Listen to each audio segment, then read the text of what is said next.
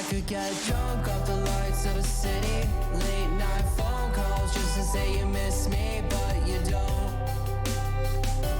No, you don't. Drop my phone now, that shit's broken. 2 a.m. and I'm lost in Brooklyn, missing home. I know you don't. When we were on, I'd always thought we would make it, but now. Hello everyone, welcome to week 4 of the Smite Draft League Godlike Division. I got it right this time. Screw you, Anthony. I'm joined, as you might imagine, by my friend Anthony Malum. Here's my co-caster. On the side of Order, we have the Sunbreakers. On the side of Chaos, we have Flourish. Anthony, how we feeling? I'm feeling great, and I'm so happy that you got everything right. It's Woo! really an impressive Man, it combination. is going to be a good cast. I don't care how this game goes. I've already done my job. I'm out, in fact. Bye, guys. No. I'm very much looking forward to this. It's going to be interesting. I've definitely seen some mad work being put in by both teams, so it's going to be interesting, as always, to see how they interact here as we get into the later stages here. Everyone should be, week 4, people have started to get settled into these teams. Chemistry starting to build. People have more synergy, so it's always good to see people working in these more fluid forms when it comes to the later stages of this league. For sure, and that's really been shown nowhere else other than Godlike, because the advantage of Godlike is these guys play with each other all the time. Scrims, ranked, other leagues, SOC, SCC, you name it, these guys probably compete in it. So they're all used to each other in one form or another, whether they've played against each other, with each other a million times, whatever, makes no difference. Which is why, even when you have a substitute, like Letter to Myself here, you could see target bans come out, which is so interesting to fathom.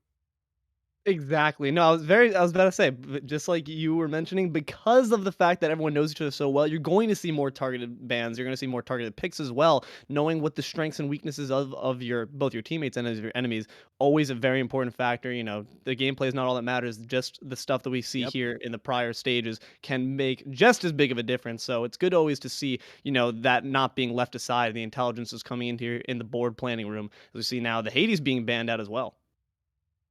Yeah, the Hades ban is becoming common. I mean, I think Cosmic said it best, that it's a late bloomer as we come to the end of this first season of the 4 main seasons for year 10. It was something that Fine OK brought to popularity, and now it's really something that teams are prioritizing getting rid of. Hades responds well to lane bullies, and this season has been the season of lane bullies. So either picking it for yourself and getting it just completely out of the equation are both high priorities for teams. Just like this Maui has been a high priority all season long.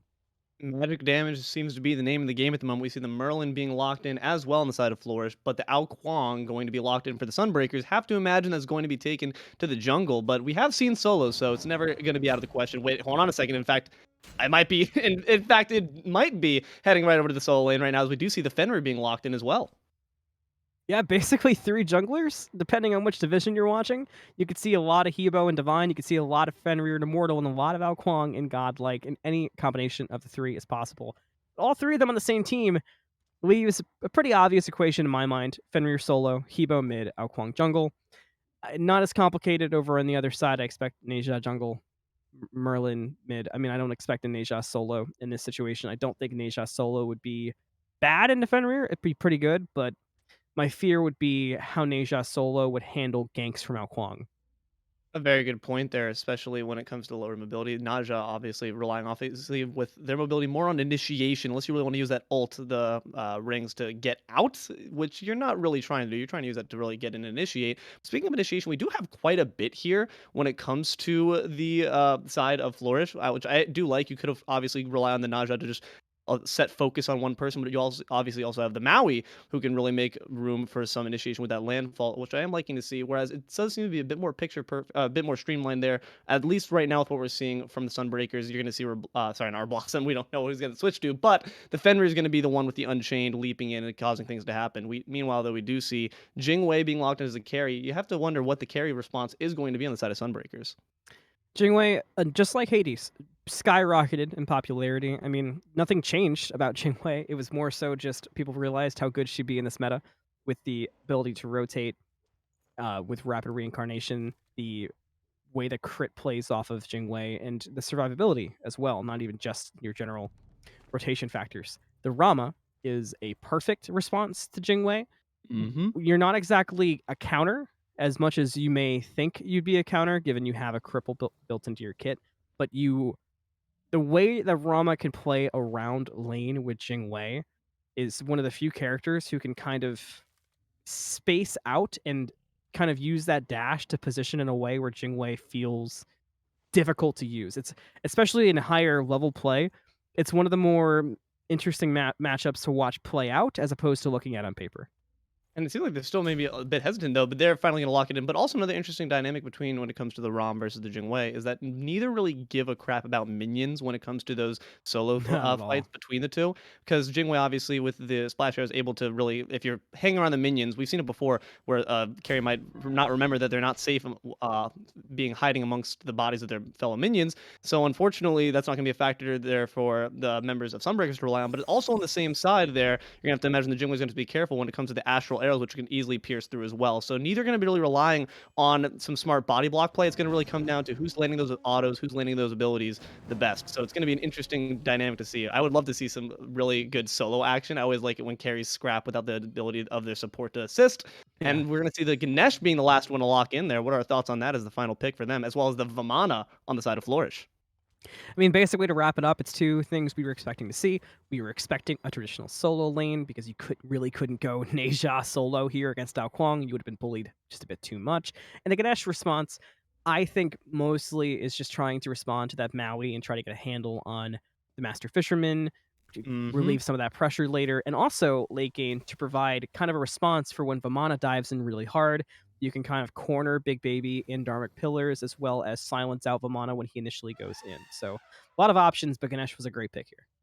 I always love to see Ganesh being a response as a late pick because, like you said, it's a great way to take down people with large channels or people who really try to initiate with a lot of aggression and pour in abilities. As soon as that comes down on you, you're going to find a harder time getting off those abilities and making sure that you're able to also successfully escape, much less get any kills of your own. But that being said, we can't see how it's going to all play out until we get into the game here. Sunbreakers versus Flourish Game 1. We'll see you in the game.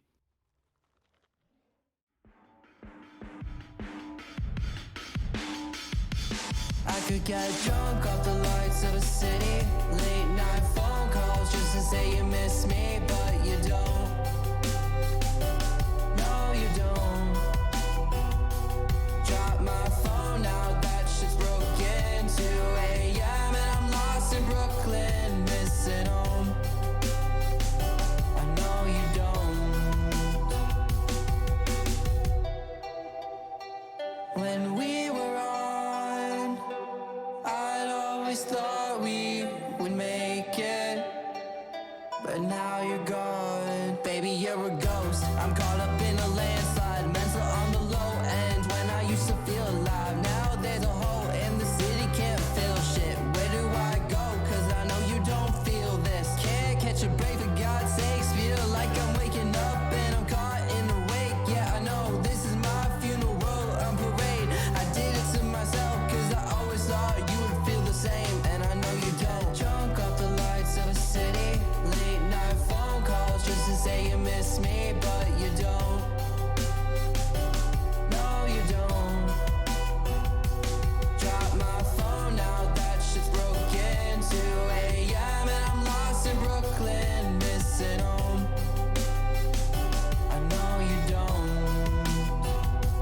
Let's hit the brakes. I'm pulling out the parachute, jumping out the plane. You had it all in front of you, nothing feels the same. It's crazy what love can do, even crazier when it's not coming back to you. You say you need space, so I gave you all the states. Every night a different place. Used to think we're getting close and now we're drifting away.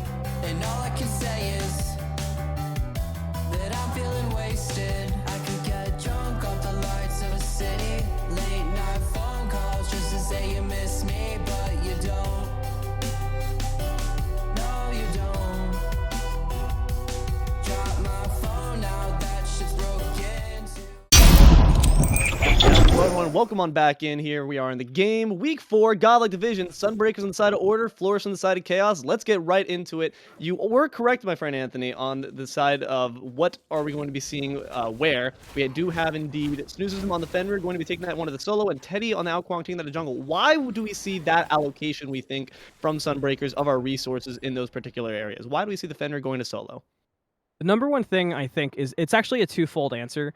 The bigger of the two is player related. Snoozism loves this Fenrir solo, and Snooze uses Fenrir solo to spread his presence across the map and kind of play it like a light second jungle. I mean, we're not seeing full rotations that we saw in second jungle meta, but we're seeing quite a bit. Actually, hang on, because Teddy getting MyFault very low. What we're seeing is quite a lot of damage coming in, but excellent use of the Blizzard there to peel for their jungler right there. Going to make it happen is the Merlin there on the side of Flourish. Not going to come up with anything there. And yeah, the Fenrir is also just a great pick into this Vamana right now. Obviously, when they locked in, the Fenrir didn't quite know that was going to be the case, but going to be able to really follow any attempts to escape with that Brutalize. The Umbrella Dash is not going to help you there. So I do like how this is going to match up there. You just have to make sure you're not getting bullied out by Oreoooo in these early engagements. And then the second thing, like I said, the big one was avoiding or getting comfortable for Snooze and playing something he likes to play. That biggest thing is surviving the Alquang ganks. Yeah, but right now, we're going to have to focus on surviving himself right now. Oreoooo going to have to dash on out of there. Going to make sure to be safe so far. Some engagements going on, but not too much lurking over there, though we do see MyFault looking to make something happen, but maybe seeing a bit privy right now. Sunbreaker's going to be able to retrieve on back. Master Fisherman going to come out, though, but... well, hold on. Actually find the damage right there. Quite a bit there on the letter. Going to be able to escape, though. Thank heavens for the members of Sunbreakers. Nice job there being a bit privy. They started the retreat a little bit early, maybe having the awareness, even though Flourish does have the deep ward, so I don't know really quite how they had the ability to have the foresight there, but Sunbreaker's going to make it out of there with no loss. There was this moment, this slight, minuscule bit of hesitation from MyFault, aka Miggy there, and it was just barely enough for them to survive, because I think if MyFault walks forward, goes with the sash, maybe a ring bounce into the sash for the slow first, I think that plays a bit different. I mean, we saw how close it was that Smug felt comfortable dashing forward and almost died to the tower. Now, Letter to Myself in trouble, does get away for the moment, and the Bastion, once again, really helping out Sunbreakers. Always good to see wise play coming. I mean, the Bastions not only are, of course, a boon to your opponents when they knock them down, can use some free gold, but also a great boon defensively, can certainly provide quite a bit of coverage right there, and you're seeing the Sunbreakers put that to use at the moment. Letter's seeming to be under quite a bit of fire right now, but so is Snoozism right now. This Fenrir pick might have, unfortunately, not served too well in this early engagement right now. MyFault gonna pick up the first kill. Yeah, and like I said, I misspoke before and said surviving the Alquang, but what I kind of meant was setting up for the Alquang, and I was thinking of surviving the Alquang and for the Vamana. But what we saw there was exactly what you want to do. You want to keep as much pressure in solo as possible, because when you're going Fenrir, you're taking the risk of, like I said, second jungle happening. If you can keep Snoozism stuck in solo lane, not allow Snooze to rotate around and create havoc, then you can really get a handle on the issue. And speaking of being stuck, right now we're seeing both the members of Sunbreakers stuck in her tower in the carry lane, but it seems like they're aware of this, going to have a big rotation as Teddy as well as EmoticonFather on their way over right now. A lot of damage coming out onto both members of Flourish right now. Going to split up, unfortunately, and that's going to result in the carry following right now. Smug will be dropped by Teddy. Big ult there from the hub wall. EmoticonFather will pick up one as well. Unfortunately, the division did not work. The members of Sunbreakers, I always love when this happens. Great communication, understanding how to split up their targeting. They knew that they had the damage to supply onto both members and picked up both kills. Wheelfire Blaze coming in right now onto Teddy. You have to wonder if they're going to have enough damage, though, at the moment. Out of mana at the moment right now. We do see, though, they are going to be able to pick it up, though, maybe just quite enough there from Lycon. Going to find out that kill will be met onto both him and MyFault. Nicely done there, making sure to make up for that 2-2 in the engagement, but for that particular engagement, it will fall in favor of Sunbreakers. So let's try to break it down quick. What we saw, like you said, they split, they divided. It did not work out. Flourish lost both Smug and Anxoush just at different times. I think the most important kill probably was the one that went to Teddy there. You want to get as much farm as possible onto that Alquang. EmoticonFather with a great utilization of Crushing Wave, catching the damage and just being able to delete Anxoush. A nice cripple came from Reblossomed. The only real mistake we saw was Teddy getting a bit too aggressive, getting caught out. Now Snooze is going to go aggressive, not enough for the kill quite yet, but Teddy went very aggressive behind that tier 2 tower, and I think in doing so, Teddy was trying to just get a pick, maybe get up an ultimate, get out of there, but it did not work out. thanks to the Yeah, beads. unfortunate. You hate to see a good engagement kind of fall apart just due to a bit of hubris there. That you're gonna have to learn that a bit the hard way right now, but at least it shows some good communication there from the Sunbreakers. I really did like that two-man rotation over to the dual lane. Just as I was mentioning that there's a lot of pressure on them, the Sunbreakers responded in a great way. They did, and that's going to be the key for them. I mean, I talked about the pressure from Snoozism, but you're going to see the same thing from the Kwang, from the Hebo. They're going to try to spread their pressure all the way across the map and get a big control over the entire map to try to handle what they're going to get from the Jingwei. You know, the Jingwei is going to be in every team fight late game. So if you can get control of the map early on, really decide who goes where and when, then it's less of a problem that your ADC will be out-rotated. Absolutely, and it does seem that, speaking of the ADCs, it's going to be just continued aggression from Smug, not really shaking off that one death at the moment, still a level up ahead. And I do wonder if we're going to see much solo action here, if it's just going to be Reblossomed content to farm underneath the tower, or if Reblossomed's going to attempt to try to maybe duel it out and duke it out a bit in the open area of the lane right now. Maybe just at the moment trying to maybe bait over a rotation, but the only rotation is coming over, indeed, actually, from Flourish, going to just utilize this pressure to ensure that they get some extra farm. I actually like that here. I mean, they're second guessing what they want to do. Anxoush really wants Smug to come over for the buff. Smug really wanted to go for the kill onto Reblossomed, but now it's going to turn into a big rotation. Everybody's coming for the party, the perf buff. Yeah, we do see 4v4, but everyone's spread out right now on the members of Sunbreakers. But hold on, a kill coming actually onto Oreoooo right now. Snoozism is going to find revenge onto the Vamana right now and open up that lane for themselves. Seems that the big rotation really was all for naught there on the side of on the duo lane side. But we do see a bit of scrapping in the jungle going on right now, but going to be content for everyone to just let that one go without really any damage being taken on either side. Yeah. It's hard to break down what we saw, but I think the big thing that I mentioned lightly was that Anxoush really wanted Smug to come over to clear the jungle, and I think if Smug had done it, they could have cleared the jungle, but Smug really wanted the kill onto Reblossomed. I think ultimately the bigger worth would have been in the jungle, but I mean, ultimately it worked out. I think just look for that later, because clearly Smug wants to play very aggressive in that dual lane, so see if it continues. And right now we're seeing quite a bit of aggression coming on Oreoooo. But right now at this point, abilities expended. Gonna fall maybe to Oreoooo right there. It will, in fact. Unfortunately, Snoozism had the kit dump. Seemed like it was going in their favor, but once those abilities were down, you're not going to basic out of a mana with 3 abilities in pocket as well. So Oreoooo going to find the revenge kill right now. 3-3. Evened up for Sunbreakers and Flourish.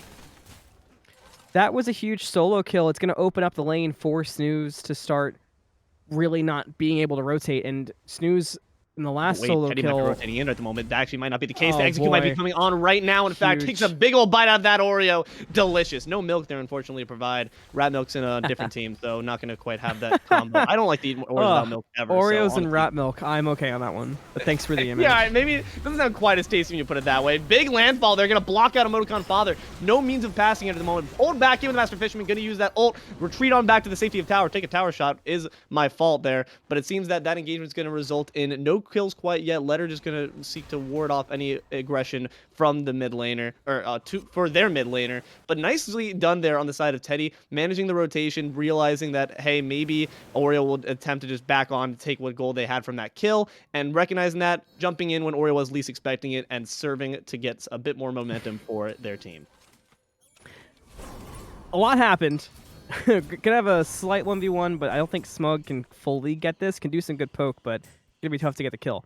What I want to break down, what I want to point out, Snooze, the win condition for Snooze is free yourself up to rotate and become that second jungle. The win condition for Oreoooo is survive every gank from the Kwang and keep Snooze from rotating.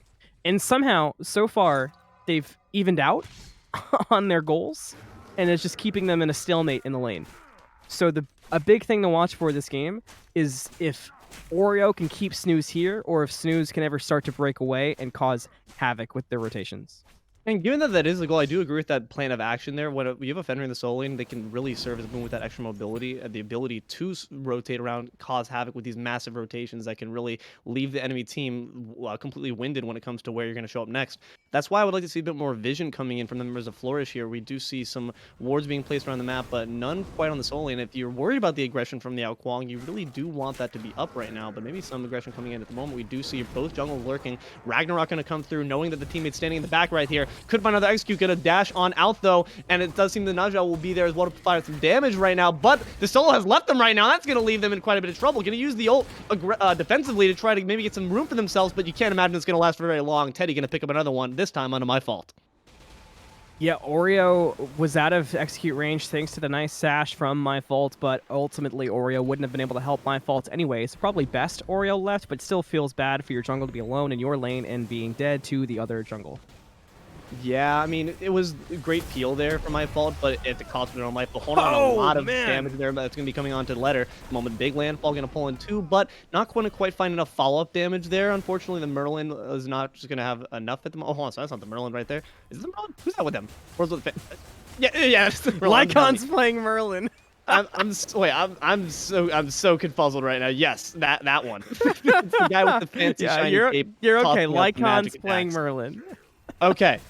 Excellent. That I was so confuzzled there by the first part of the name there. Oh, hold on a second though. Let's focus on the more important part. That's not my mistakes at the moment. Teddy gonna be under a bit of trouble right now under the tower as well. MyFault gonna have to just gonna have to settle for retreating on back after eating a tower shot. Reblossomed though gonna engage. Maybe think better of it momentarily. Hold on a second. In the air right now is Reblossomed. Could be a bit of trouble. Snooze on the rotation, able to break away from the solo lane, now doing damage for Rossum up into the sky, gonna find Smug, gonna look for more, but the third shot won't find a home.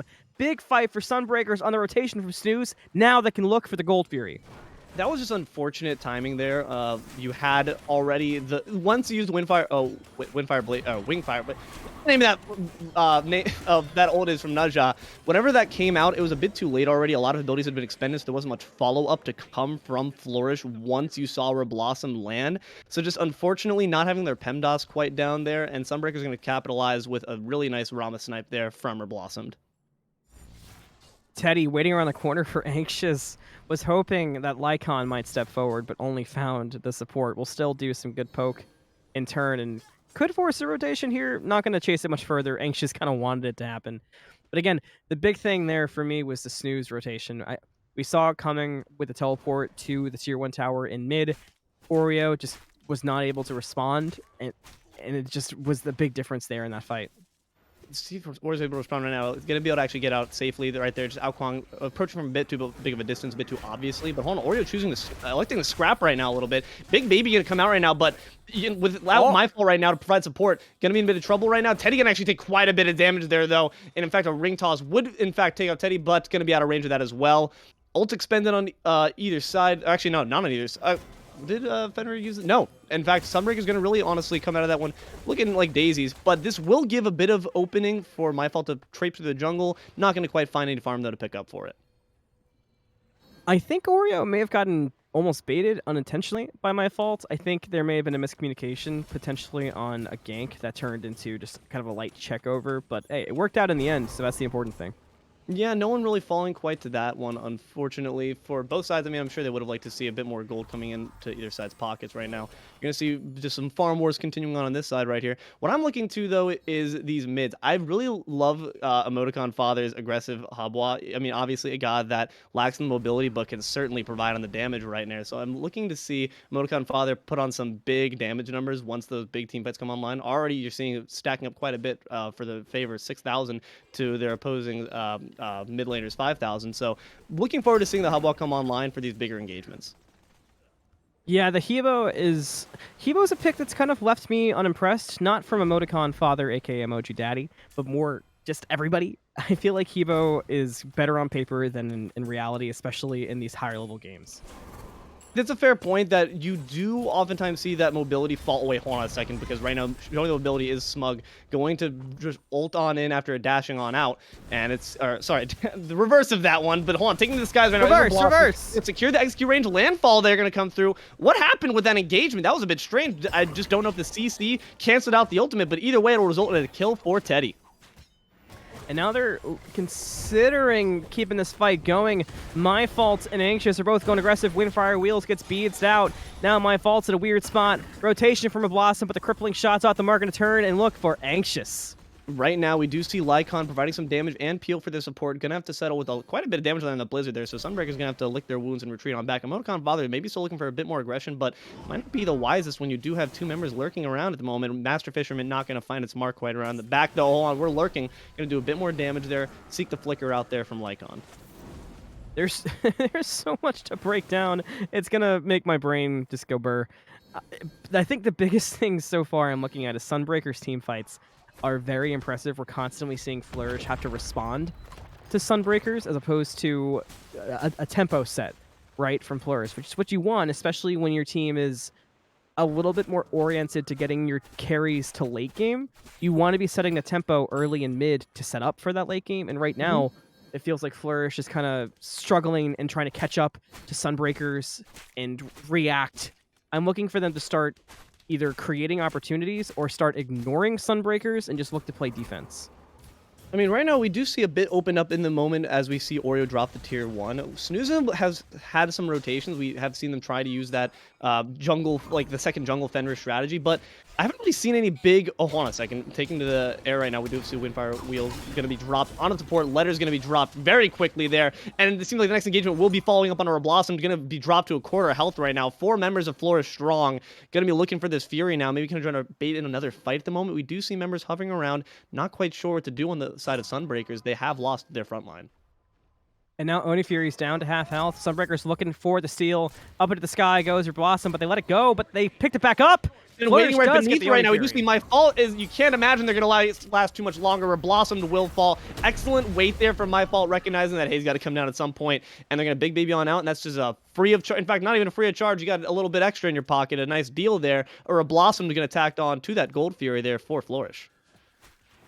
And now the Pyromancer's going to get looked at from Sunbreakers. Here's what I was talking about with Flourish having to respond. Flourish going to go look for the response. Instead, they're going to run into Snooze, who jumps in. Now Teddy doing big damage to MyFault. Crushing Wave comes through and finds 3. The Ohm is not going to silence MyFault for long enough for him to potentially be able to get out. Oreoooo going to actually find a kill onto Teddy. Unfortunately, there's not enough damage there to knock out the Neja before the Ohm silence ended. And now in full retreat, EmoticonFather probably going to be able to get out, but you cannot say the same about Letter at the moment. Dashing on out right now. Oreoooo still in hot pursuit, but the rest have dropped the chase at the moment. You have to imagine that this might be a bit of an issue there for Oreoooo, but in fact, both going to decide to just leave it there at the wayside. A kill going to be dropped again there on the side of, 4 floors on the side of Sunbreakers. Unfortunate, because you did like the engagement there. Snoozism stun into a lot of damage from Teddy. They just weren't able to quite find enough onto MyFault to get the burst off. Wow. I mean, what else can you say? Look at the chart. Look at the switch that just created for Flourish. I mean, it's been very back and forth. We're back to like an even Steven somehow. I'm liking it, though. The feel of this game, I would say, feels a little more Sunbreakers, and a big part of that can be attributed to the Ao and how Teddy's been playing the Ao so far. I mean, the damage doesn't really support that too much, but when you take away the, quote, Mickey damage of Snoozism, and you look at Teddy from there, it's a bit more impressive, and especially the response that we've seen. But I will say, Flourish, they answered my win condition. They played defensive there, and they played it right, and now they're back in the game. So at this point, what I'm looking for is for Flourish to really harp on getting Jingwei and Merlin at a point where they can hard carry this game, because they're going to have to beat Ao Kuang, Kibo, and Rama to the punch. It's not going to be easy, but it's possible because Neja has the advantage nobody else has. Neja can completely remove one of them from the map. And I think that might be happening right now. Going to be removed from the map at the very least for temporarily. Is EmoticonFather going to be removed now permanently? Well, permanently, I say 40 seconds, but that's a pretty big kill on the side for Flourish right now, as we do see Teddy going to try to defend this tier 1. Yeah, and that's a tough tier 1 defense. Almost want to let it go at 18 minutes. Not worth too much at the end of things. Teddy will see the same thing as we do. Letter to myself, waiting around the corner. And I think, Teddy actually going to go aggressive. MyFault, Mickey might have taken a rough path. Now Dark Pillars comes out. Teddy's still looking for it. Can't fight it yet. There's a silence. MyFault going to fall low enough for Teddy to get a kill. Can Teddy survive, though? Gel going to provide a bit more extra there for Teddy right now. It's actually looking to be a pretty good fight for them at the moment. As you do see separated on there, Snoozism going to block out Lycon from the fight, ensure that Anxoush will fall, and maybe get a kill for themselves. Excellent job there from the solo laner, diving in aggressively, brutalizing him down. Lycon going to fall to Snoozism. And here's what I talked about with Snoozism on the Fenrir. Out-rotating Oreoooo, and now Oreoo's going to respond to the second jungle. Oreoooo now caught between 3. Will he be split in half? Does seem like quite a bit of damage coming out. Big Baby, this is going to be bad, though. They're grouped up a lot. This is going to be very dangerous at the moment. Gonna back on out of there very wisely, I'll say. Sunbreakers, this time going to learn their lesson and not overextend what they've won. That was a big fight for Sunbreakers, getting the Ao Kuang, even more kills, even more gold on line. And now they could even get Oreoooo with a crushing wave and a follow-up in the water. Cannon gets the kill for EmoticonFather. Nicely done there. They're just hold on. Letter's going to be left behind, unfortunately, and that Windfire Blaze already coming back up, and that's, you can only imagine, going to be a kill there, as we do see Smug gonna float in just in time. You didn't do any of the work for that, Smug. Don't why you're looking so smug about that one. But gonna be nice to get an extra kill onto the carry for that one. Support gonna fall, but still Sunbreakers gonna feel good after that fight. Yeah, and really going forward, I mean, I've talked about the win condition a million times now, and I'm clearly looking at the carries. I think a new win condition emerging. I mean, it's there every time there's an Ao Kuang, but it's really becoming prevalent in this game. You got to find some way to control Teddy, and I don't know if Flourish has the answer for that right this moment. Later on, I expect it to be Lycon waiting to use Void, the Void stance, as a response to Ao Kuang going in. Potential answer that we've seen from Anxoush right now is the Magi's, in fact, which is a pickup that I like, but you have to note can be easily burnt out there by the Ohm Silence. That does count as hard CC. That will, in fact, burst that bubble. But you can imagine that after that engagement, or after the engagements that they've had right now with Teddy, Anxoush is thinking, I don't really want to get thrown up in the air and eaten. Thank you very much. So Magi is going to be an interesting counter item that we're going to see bought onto the Flourish support. Right now, a bit of scrapping going on here is Teddy going to be looking for an extra bit of damage. I love Teddy's Ao Kuang. I love Teddy's Ao Kuang because Teddy really utilizes the stealth, the trickiness of Ao Kuang. I've seen some amazing plays. I mean, you don't think of Ao Kuang utilizing that stealth really. Oftentimes, it's an escape tool, it's an initiation tool. You're thinking more of the dash, the teleport aspect of it. But I've seen Teddy do some amazing bob and weaving. I'm looking to see some wily tricks being pulled up this man's sleeve. Yeah, I think that's going to be something we see a lot of. We do have a 5v5 for the Gold Fury, and Reblossomed going for another shot, but cannot find it this time. But Sunbreakers may look to start the fight, but Snooze got very poked out very quickly. Yeah, both the frontline members of Sunbreakers are very worse for wear. You're not going to want to see an engagement at this point. That's just going to open up even more objectives right now from Flourish. They're recognizing that very wisely, so going to continue to extend what they have here. And even though the kill disparity is in favor of Sunbreakers right now, gold is going to fall for Flourish. Reblossomed and Smug running into each other again. They're almost at a point, build-wise, where we're going to see more rotations. We could have seen them more, but they've really both been trying to play to that hyper carry role, get the items online. Matter of fact, Smug stopping Reblossomed's back, feeling confident, even steps under the tower. So Reblossomed got to play it safe. In terms of build, though, I will say, and I'll stand by this every time I bring it up, I much prefer well, not so much anymore. I was going to say I prefer the route that Reblossomed's taking. I'm not the biggest fan of Demon Blade. However, what Reblossomed's done here, going Demon Blade instead of Rage, knowing that it's going to be hard to stack up Rage, that I love. I do not like when people get both. I think it should be Rage or Demon Blade and then move on in your build. Well, what do you think is the logic then in that case? Why would they opt for both in that case rather than the normal route there on the side of the Jingwei? It's a feel thing. I think Jingwei really wants to get that extra attack speed from Demon Blade and really just be sending out a machine gun autos come late game. Demon Blade does offer more attack speed. Jingwei's attack speed stim is admittedly a bit more awkward than the Rama attack speed stim. It's not as simple as pressing 2. You have to step into your knockup, and it kind of feels like awkward positioning.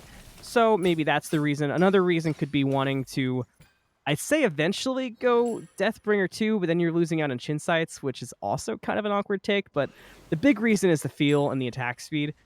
And like I said, I like going Demon Blade instead of Rage because I feel like Demon Blade instead of Rage in scenarios when you're not rotating, you're not getting the stacks, and Rage is huge.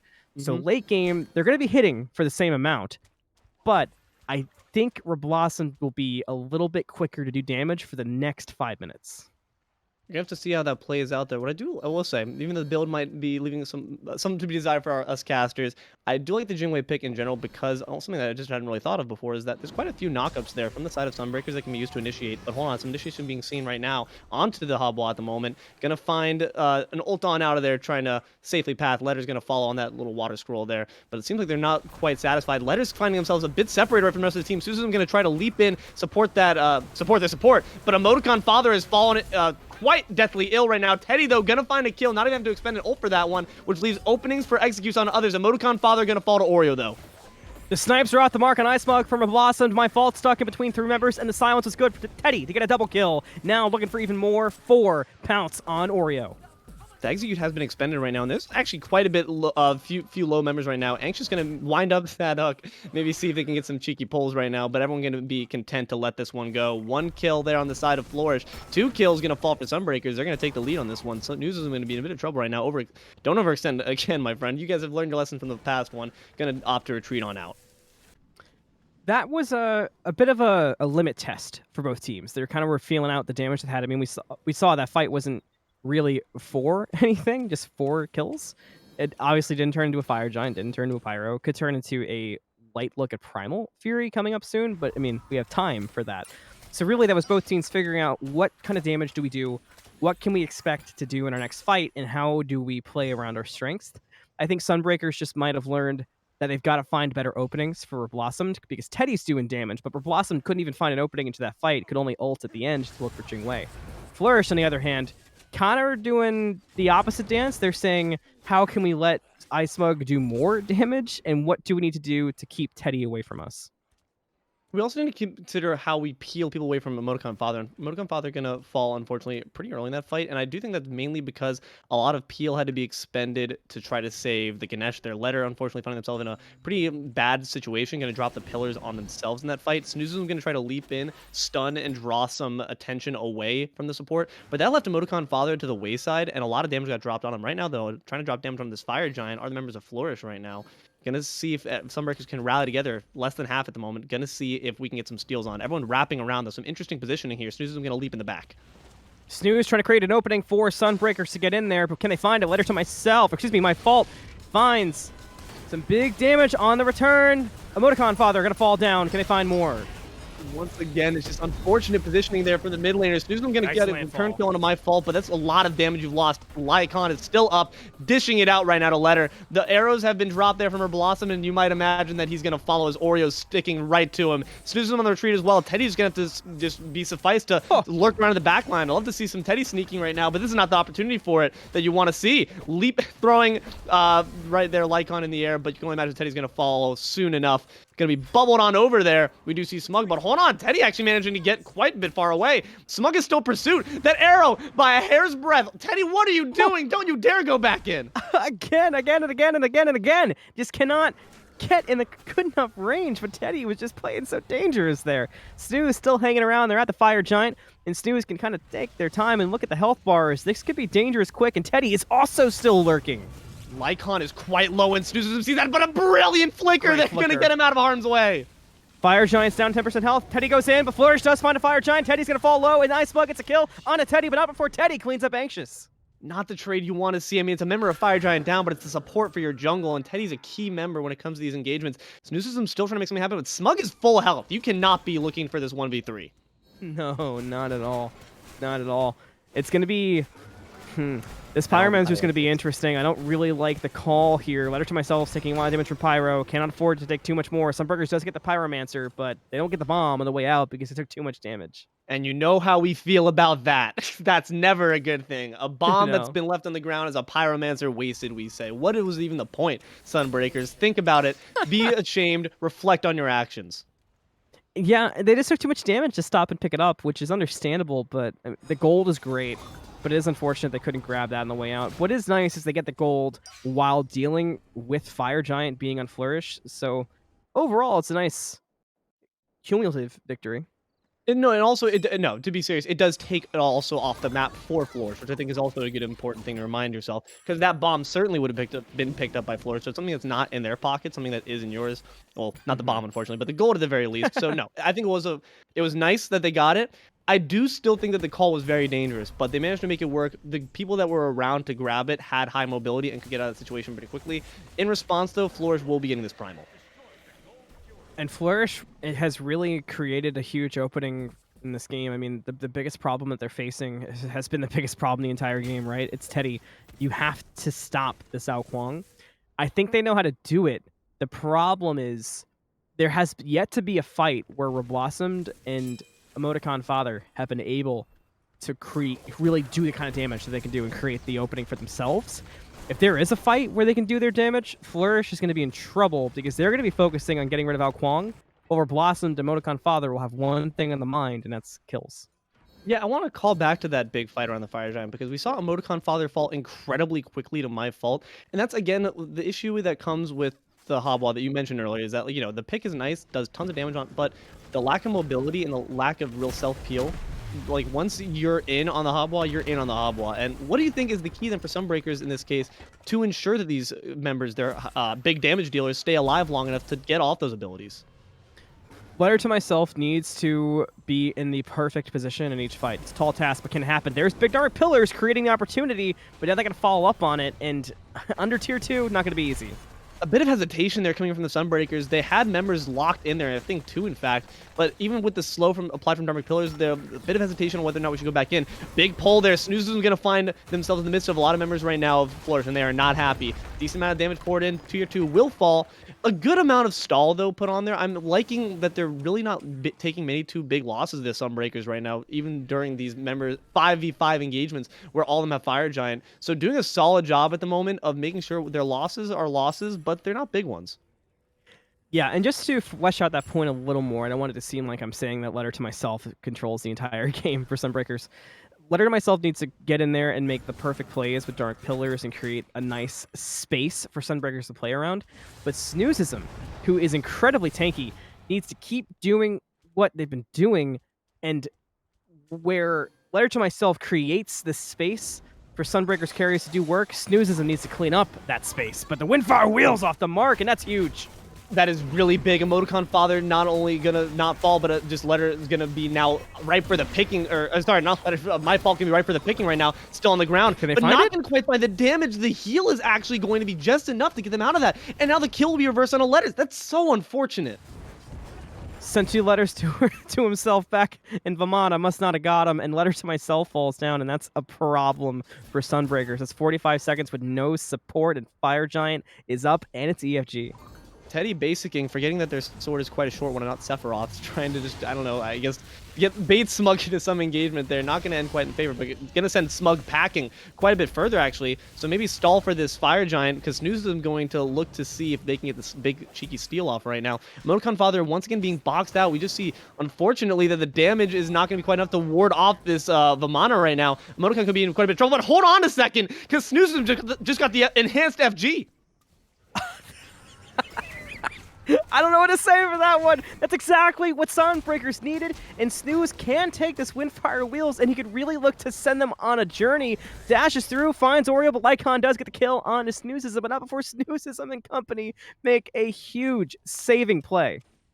It's a great play. It's a great play. But Reblossomed Snoozism and EmoticonFather both falling is actually huge right now because this Phoenix engagement is still going to be very difficult. Reblossomed taking tons of damage, and the baby's still approaching. The Aegis is going to come out, but you might not be able to get out fast enough. Oreoooo going to catch him just at the doors of the fountain. Phoenix will still fall. Unfortunately, what was a brilliant steal there is finding itself not worth it, as we do only see Teddy going to be able to defend this Titan. Will it happen? Titan's getting down low, 25% health. Can they end? Deicide, and there it is. It's so unfortunate. You hate to see it if you're Teddy, but you love to see it if you're Flourish. Gonna pick that one up with the gusto. Fire Giant, we don't need a Fire Giant. We'll see you at the desk.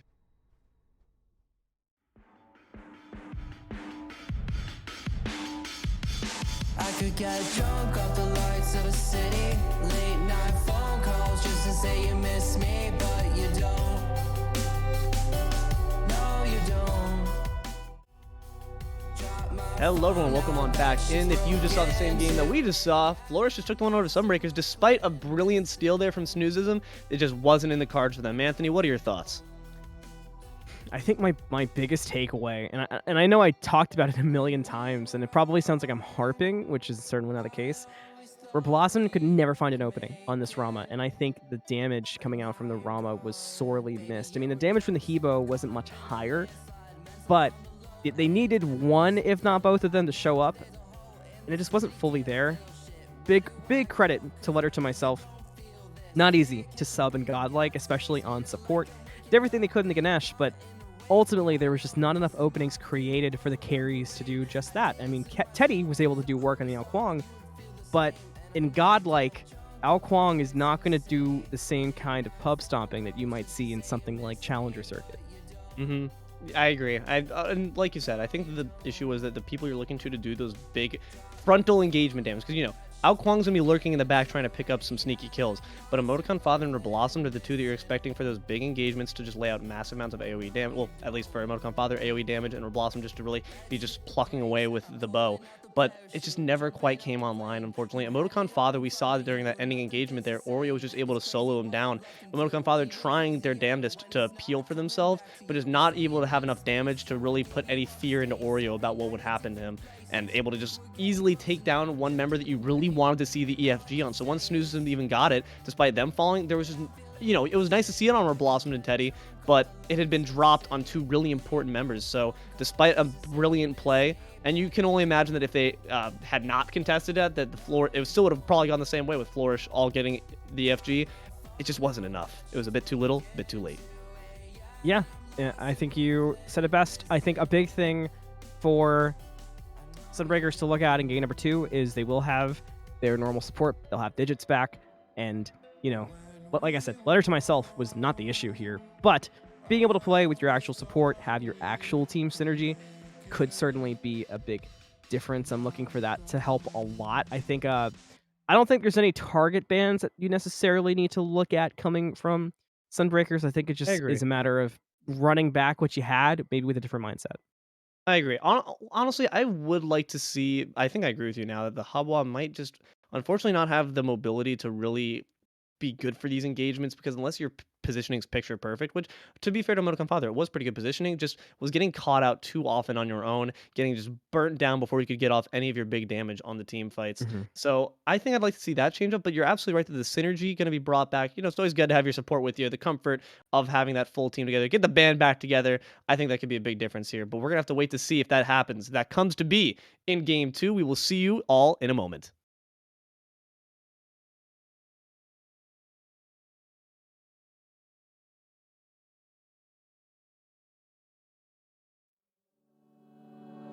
Pull another of your cigarettes out. Fuck, I always feel so burned out. I never smoked before I met you. Now I chain smoke the way I like to kiss you. Cause I know you're with them while I'm here, staring at a red light.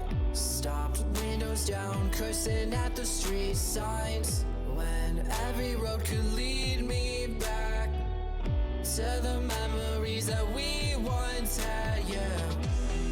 Tell me how this so easily falls apart. Cause damn, you still fucking have my heart. And all I have is another of your cigarettes lit, but not a single fuck left to give. I could explode, I feel like gasoline when you're mad at me. Lit a match in the wind, so I'm asking please. I try to cope, go through the motions, no, I got a noose around my throat. Fuck, I love you, but I know that I should let you go. Situations got me pressed in, I'm on overload. I'm on overload, so another of your cigarettes out. Fuck, I always feel so burned out. I never smoked before Welcome back, everyone. Week 4 Godlike Division game. Game 2 between, we do see here a bit of a switch up there on the side of Order. We have Flourish versus, on the sides of Chaos, we do indeed have the Sunbreakers coming back in after an unfortunate loss. They're going to try to reclaim victory for themselves. Hello, Anthony, as my co-caster. I'm Deelo once again. Anthony, what are our thoughts here? Just looking into the picks and bans, we talked about how we're maybe not looking to see a grand change up, but if there were to be any tweaks, what are we looking for? I mean, the big one I've seen, I like. They banned Neja away. I don't think that Neja was the reason that they lost, but I'd agree. what I will say is that when you're playing, it's a completely different feeling and perspective than when we're watching from spectator, right? There have been games where I have felt like, actually, it happened to me the other day. It felt like the issue was I think it was a Baba Yaga or a Merlin, but the issue was an on her on the other team. When I was Hmm. playing, it didn't feel like that. We get to stat screen on her had like 65k damage, and the mid laner had maybe 30k or something like that.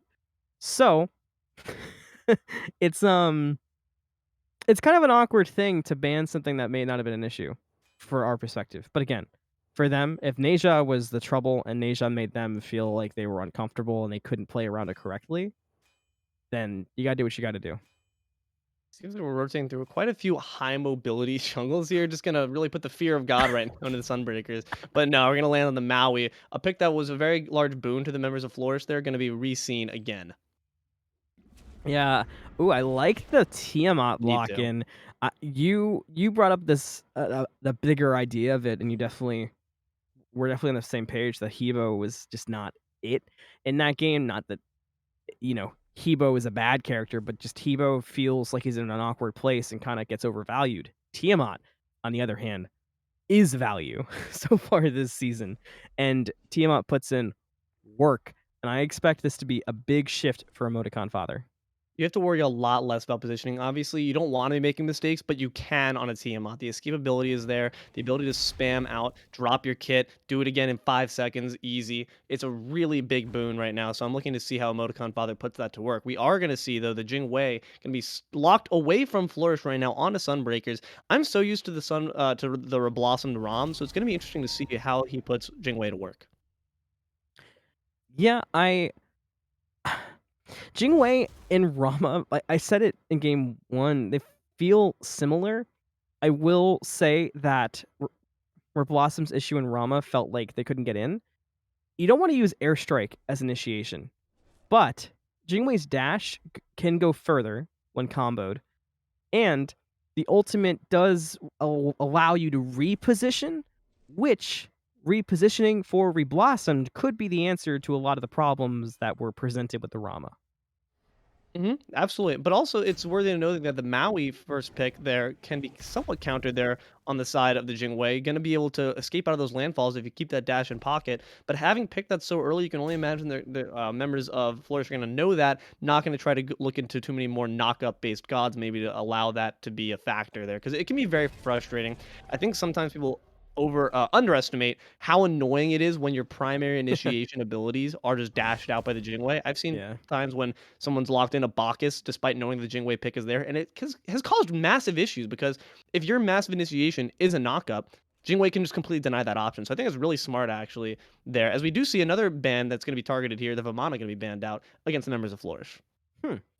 I don't think the Vamana was as big of an issue as they feel from Oreo. I think if I had to pinpoint a reason, it might be coming from Reblossomed. I'm not saying Reblossom asked for the ban, but how Reblossomed was very focused out by the Vamana each fight. What comes to mind is two instances. One at the Fire Giant later in the game, and then at the end of the game, we saw Reblossom get chased down, Aegis, Dash, everything you could think of, and Oreo just killed Reblossom at Fountain. So if your problem was Reblossomed couldn't get in to do damage, you fixed it with positioning. Your second problem for your ADC was the solo laner was holding W, and on a character that allowed it, you ban that away. In theory, you've now opened up your ADC, again, attack, damage, carry, Mm-hmm. to do just that, carry you.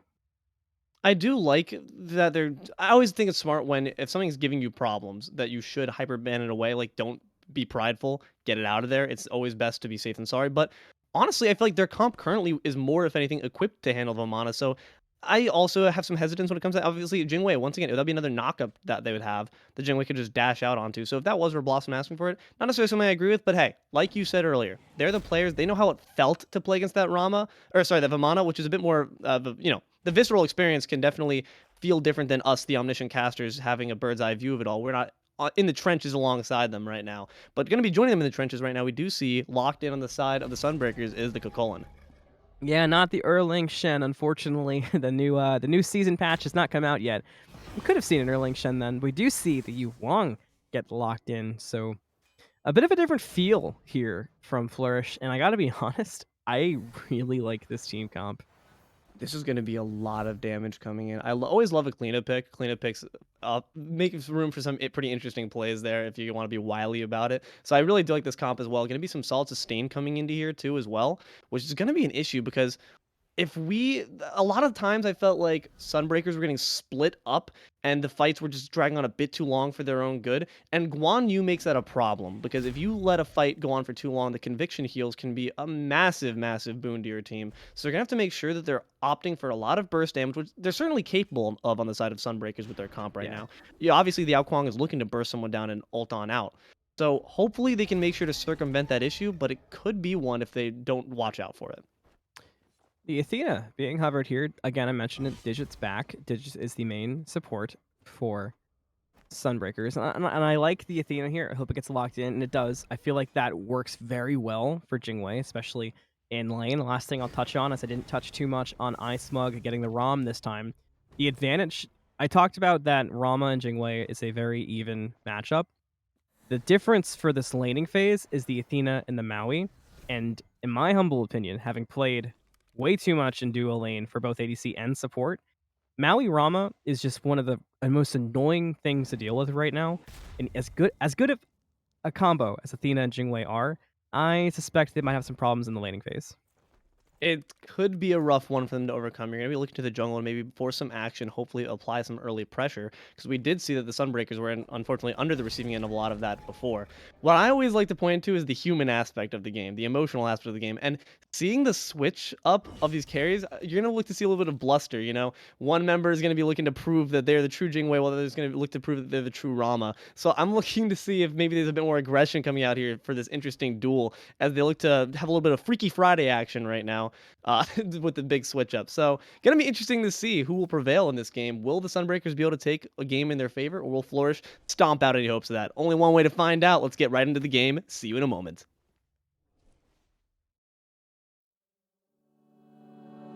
Pull another of your cigarettes out. Fuck, I always feel so burned out. I never smoked before I met you. Now I chain smoke the way I like to kiss you. Cause I know you're with them while I'm here, staring at a red light.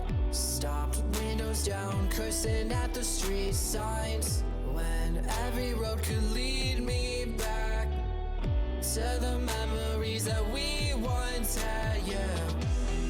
Tell me how this so easily falls apart.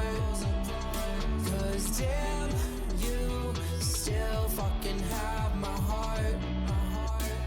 And all I have is another of your cigarettes lit, but not a single fuck left to give. I could explode, I feel like gasoline when you're mad at me.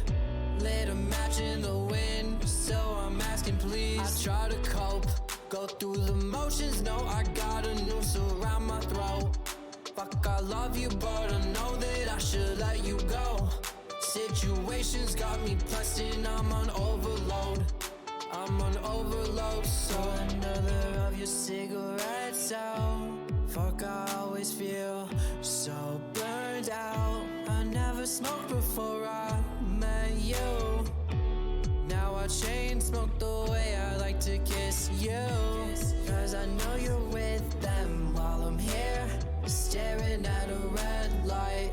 Stopped, windows down, cursing at the street signs. When every road could lead me back to the memories that we once had, yeah. Tell me how this so easily falls apart. Cause damn, you still fucking have my heart.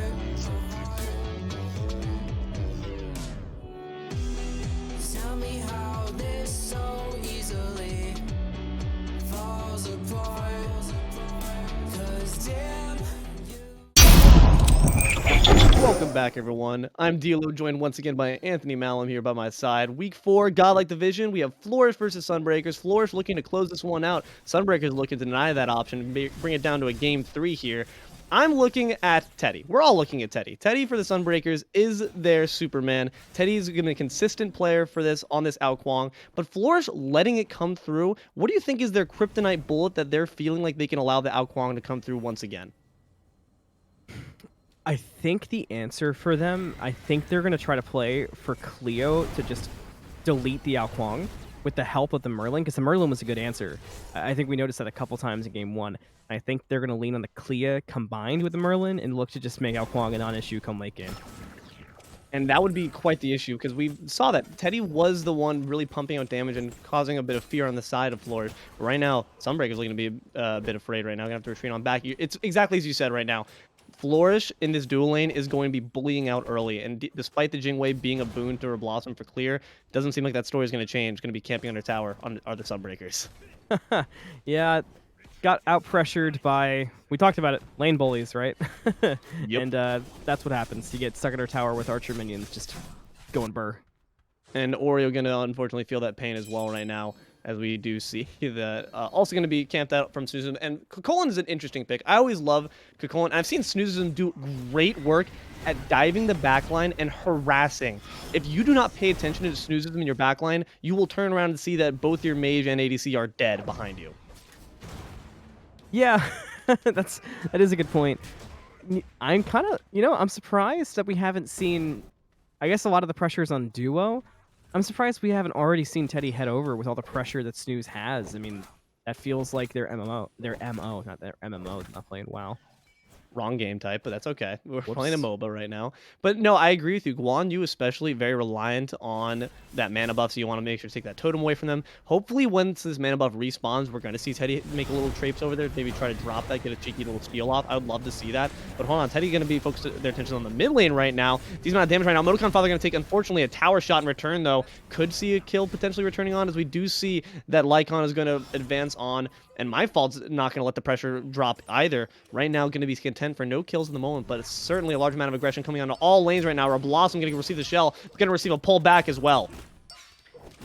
Action across the map, and it looks like we're not even done yet, as look at Teddy lurking in the shadows, waiting to make a play happen, coming out of the bushes, not going to find it, but was waiting regardless. Those minions were certainly surprised. They weren't the only ones. Digits caught out, taking a bit of poke, safe. We see an invade coming out from Snoozism on the blue buff, and we saw a response one, and now it's going to lead to a 2v2, but I'm favoring Sunbreakers here. Which is great news for them right now. You want to keep that Guan Yu down early before it becomes a problem in those late game engagements. Conviction heal going to bring him back up a little bit, but the Spear of Mortal Hatred going to find Oreoooo, and you can only imagine the first blood in Teddy's pocket. Not the thing you want to see right now if you're Flourish. Not at all. And it was pretty clean. Well done. iSmug getting caught out here, fighting for the purple buff. They're doing good damage in return. And Sunbreakers all of a sudden is retreating back. So Flourish on a nice response despite the double taunt. Yeah, gonna ride the wind on there. They don't really give a crap, it seems. Smug gonna dash on in. Taunt gonna come out again, but that's really just doing not too much. You don't have too much damage falling out from Reblossomed right now. And we're seeing, once again, that's the issue there with the Rom, right? The minions do not matter to you one bit. Whereas Jingwei, that is a bit more difficult. If Rom's standing in the back line with the archer minions, Rom can still hit you because the astral arrows are going to pierce through everyone. Whereas you're going to see, obviously, the splash AoE there from the Jingwei, but it's not going to pierce through everyone. It's going to still meet the first minion and go boosh. Yeah, plus, I mean, if you're into math, it's 5 astral shots versus 3 shotgun shots. Oh, the landfall into the snipes, but the first shot was off the mark. Second shot, too. Third shot did hit digits, but now look who's here. Teddy kind of be coming up for a big rotation right now. Going to try to taunt away. Digit's going to try to get the attention away from Teddy right now. Big rotation coming in, though, but a moment too late. Excellent cohesion there from the support. Realizing, despite me being low, I need to make sure that this can't be a problem. I need to make sure that Smug cannot do anything to harass Teddy and ensure the kill gets sent off. Not a moment too soon either, though, as well, because MyFault was going to come over right there. Teddy going to make it happen with the assistance of Digits. The speed buff came in clutch. You cannot deny it there. The movement speed by the second is what got that kill there for Teddy. And, something we didn't talk about, you mentioned it in game 1 because you casted a lot of games from Sunbreakers and you casted Teddy. You cast Teddy as well in Scouting Grounds. Teddy on Ao Kuang might be worthy of a target ban, and we've yet to see it this season. So I'm a little... I understand they think they can play around it, but I'm with you. I'm worried this could be something that Flourish looks back at and regrets. I think you got to put some respect on Teddy's name because Teddy certainly has earned it. Teddy's already making a lot of action happen across the map. Alquang obviously not coming on the most early, but hold on a second because we do see once again Teddy's applying so much pressure right now. Or you're going to try to deny that option. Going to come on the cavalry charge, expend the last strike early just to get the stun off, which was wise play, peeling for that support there. Excellent job. But the aggression coming in on this mana buff right now, Teddy going to drop it. I believe that was a steal. Couldn't even tell at the moment, but either way, not going to be able to pick it up right now is Oreoooo. And like I said, it's the aggression you want to see coming on this Guan Yu early. You want to bully them out. You want to make sure they're not getting that mana buff. They're not getting anything in favor of themselves to get any sort of headway. Keep them down. That way they can't even be a factor when it comes to those 5v5s. And as we saw, the belt was on Oreoooo, but like you said, the pressure is what's important to look at. Now Teddy, once again, lurking in the shadows, waiting for a play to happen. Could lurk and look for Lycon. I felt we were in a National Geographic there. We're talking about Alquang. No, really, he stalks his prey with deadly intent. It's awesome. I really love, like, Teddy, though, recognizing wisely, not going to be able to find anything here, but I like just the wiliness and the ability to try to look for those kind of cheeky kills where I'm already wrapping around your backline tower, already at level 6. It's what I love to see from Teddy, and it's why I do think that the target bans are necessary against him, because he's so comfortable on it. He's so comfortable on it, and he pilots it to perfection. So I'm really worried that if we don't see anything here, 2 kills already in his pocket, that's really a massive boon to their side. I can't stress enough how great that is for the Sunbreakers in this early game. I personally wish that Alquang had not been remodeled, but had gotten a new kit, so we could have seen Kukulkan, but with the weird little arms, getting the attack speed. Yeah, that would have been a cool. little tiny sword. That's what I would have gotten with.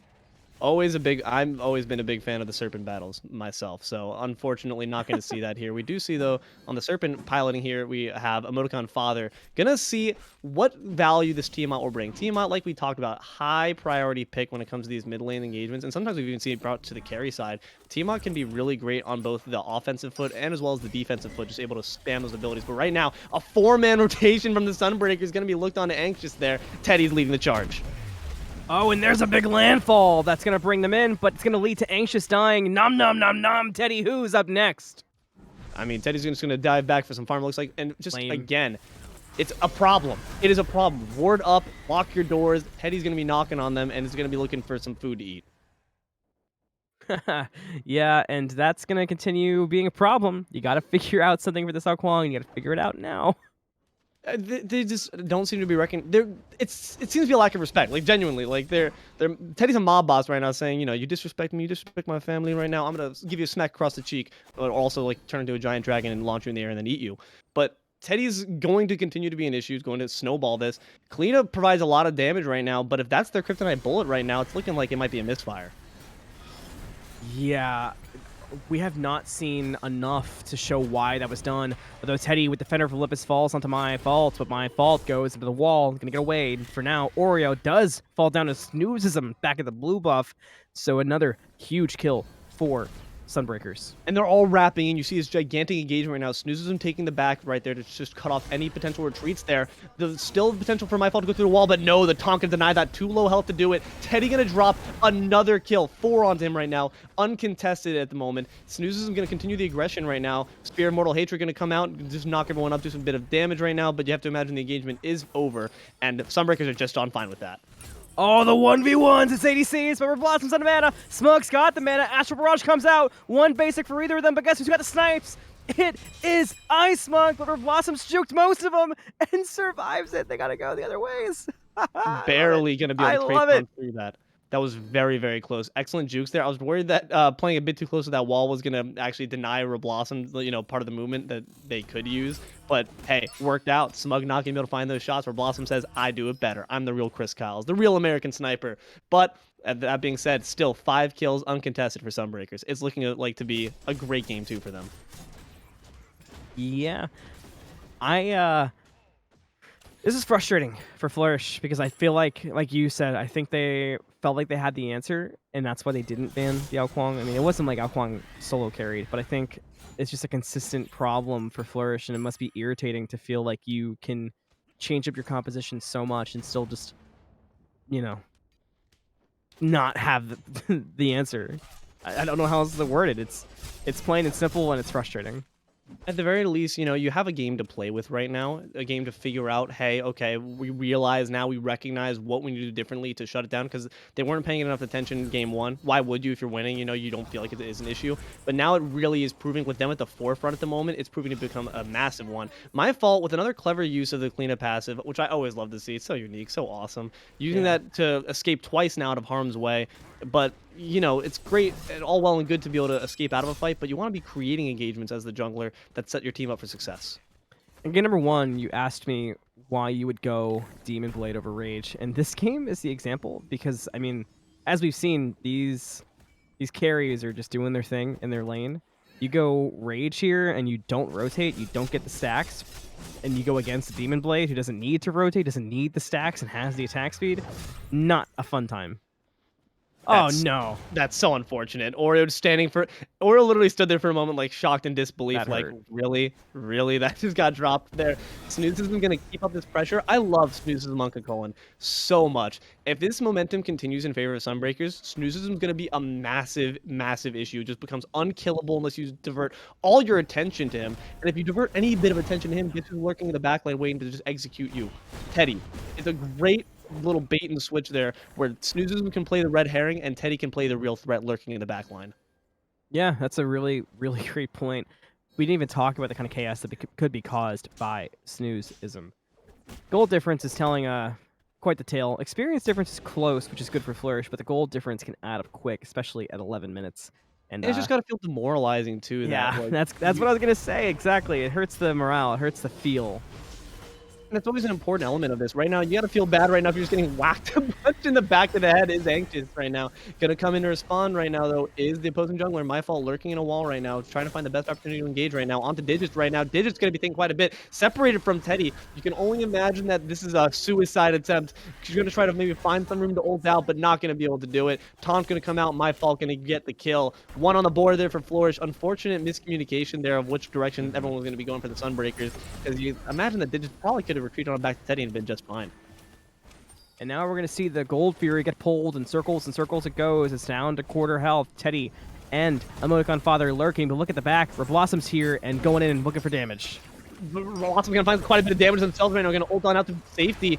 Venerable Olympus gonna provide another member of the fight, but right now the landfall. Anxoush gonna get some revenge for all those nasty executes that Teddy put on them, and this could look to be a grand opening here from members of Flourish. Still looking pretty healthy, but hold on, teleporting into Snoozism, healthy from their own fights and quite fed up as well. Looking to maybe get some engagements here on a Lycon. Lycon gonna be taunted on in, and the ruination from EmoticonFather over the wall will secure the kill. That is another big pickup for Sunbreakers. They just keep coming. We did see some signs of life from Flourish, which was huge. But yeah, this is one of those games that kind of feels. This feels like what Godlike is made for. The back and forth, the back and forth. Oh, hang on, because Smug might be very caught out right now. Snoozism going to be pursuing. Gonna, I think, yeah. Nice. Unfortunately, not be able to find that. Child of Creation will also fall underneath the tower. Rest in peace, my friend. Gold Yeah, Fury now for going to be sure. looked at this time by the Sunbreakers, having the advantage at the moment.